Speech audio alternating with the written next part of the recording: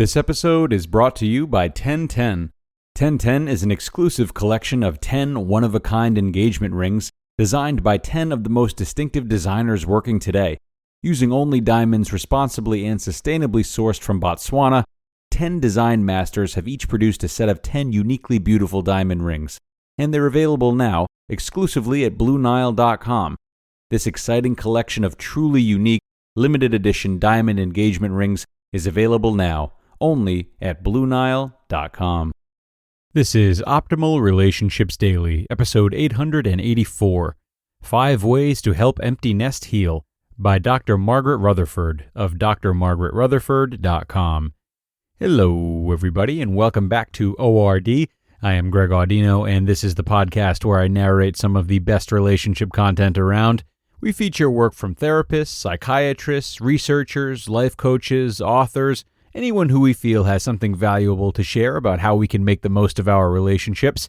And today, we'll be reading from one of our authors who does it as well as anyone, Dr. Margaret Rutherford. She's got a post for the parents out there about how to make the most of life as an empty nester. Let's hear her words of wisdom and start optimizing your life. 5 Ways to Help Empty Nest Heal, by Dr. Margaret Rutherford of drmargaretrutherford.com. I gave my 2-year post-empty nest report card on Midlife Boulevard several months ago, then received this comment. Quote, "Please address healthy, good ideas for finding your new place where you fit in their life and staying close. I realize also that there is nothing you can do, really. They need to be left alone. The hardest part for me is the not sharing life anymore. Not knowing the friends. As one blog connected to yours said so well, knowing them a little less, and the author said she'd never wanted to know her kids less. I do not struggle to accept this stage, as I know we pray, trust God, and embrace where we are. It is just lonely, hard." End quote. The reader is quoting Lisa Eindlich Heffernan of Grown and Flown. That post was incredible. I would suggest reading it. As a therapist, I am always trying to focus not just on concepts, but on tangibles, helping people make concrete change. So, what are the things you can do to help yourself get on with life after an empty nest? Number 1. Find something you love as much as you loved mothering or parenting. This is a quote from Midlife Boulevard's editor-in-chief, Sharon Greenthal, on The Katie Couric Show. This was a thought-provoking challenge. Probably those who suffer most keenly from empty nest are those that threw themselves into parenting. You were there, all the time. Searching for and finding another passion that might feel worthy of that kind of energy? Perhaps difficult. So, how do you do it? When I ponder that question, I realize that parenting developed a part of me that would have lain dormant if I had not had that opportunity. Maybe that's the point.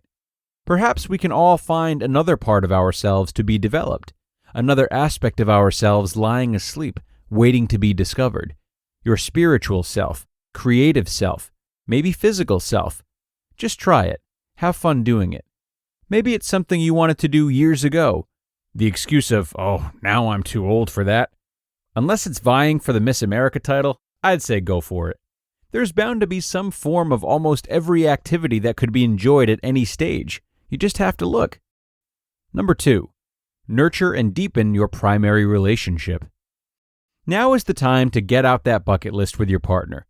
Talk about goals you have together, things for the two of you to share that you can both work on.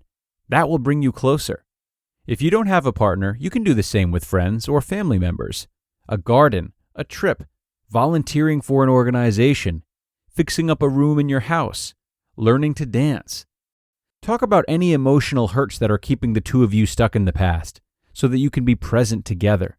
Enjoy each other's company, maybe even in ways that you could not when the kids were around. Number 3. Make new friends while honoring the old. Your child's life is moving on. They're making new friends, traveling to new places. You need to have fresh things to look forward to as well. Have a neighbor over that you have always wanted to get to know. Join or form a book club. Being socially connected keeps us invigorated, keeps energy in our lives. Honor friends that have been there for you.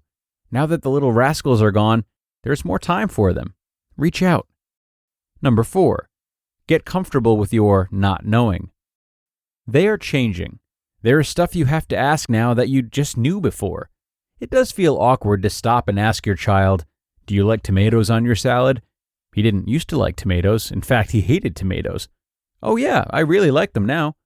If we see this from their perspective, our children are often proud to tell us how they've changed, proof of their independence, that they have done just great without us.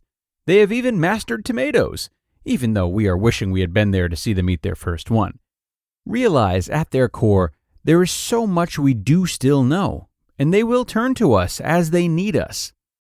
Number 5. Play more music. I used to always wonder why my dad always had music on when I came home. Now I know. It was to fill up the quiet. Kids leave and suddenly the house is dead, unearthly quiet. We must all feel it.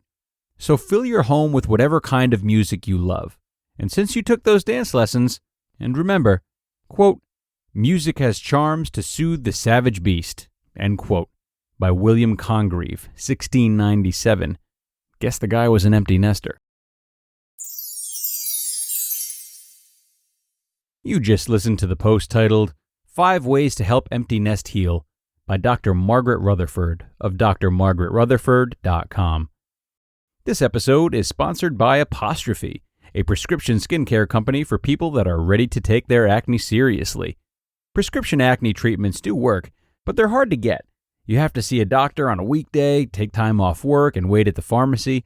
But Apostrophe makes it easy to see a board-certified dermatologist online.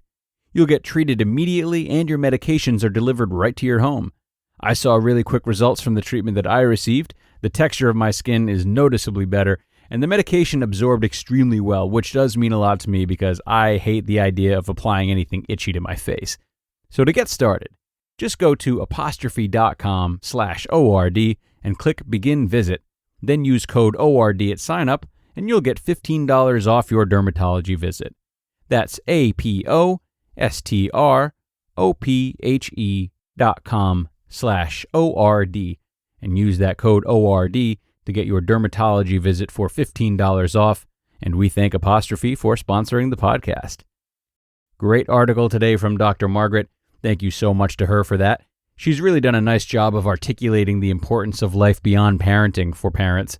And that's something that's really not emphasized enough throughout the resources that parents have at their disposal to learn about parenting and become as good at it as possible. But what's really at the core of this episode is what we really all need to bring our best to our relationships with ourselves and others, and that's balance. It's easy to get swept away by how meaningful certain parts of life, like parenting, are, but it comes at the expense of being prepared for life when these things pass. And though parenting doesn't often pass, it still changes enough for the phases to be entirely different from one another. So, if you're a parent, young or old, always be ready for a life without parenting by having a life without parenting, something that's filled with other relationships, other hobbies, and other responsibilities. And that'll do it for this one, folks. Another appreciation post for parents today, and another one tomorrow, as we will conclude our week with a final post about parenting, as we often do. So, if you like this episode, be sure to come on back tomorrow as we finish this week strong, and where your optimal life awaits.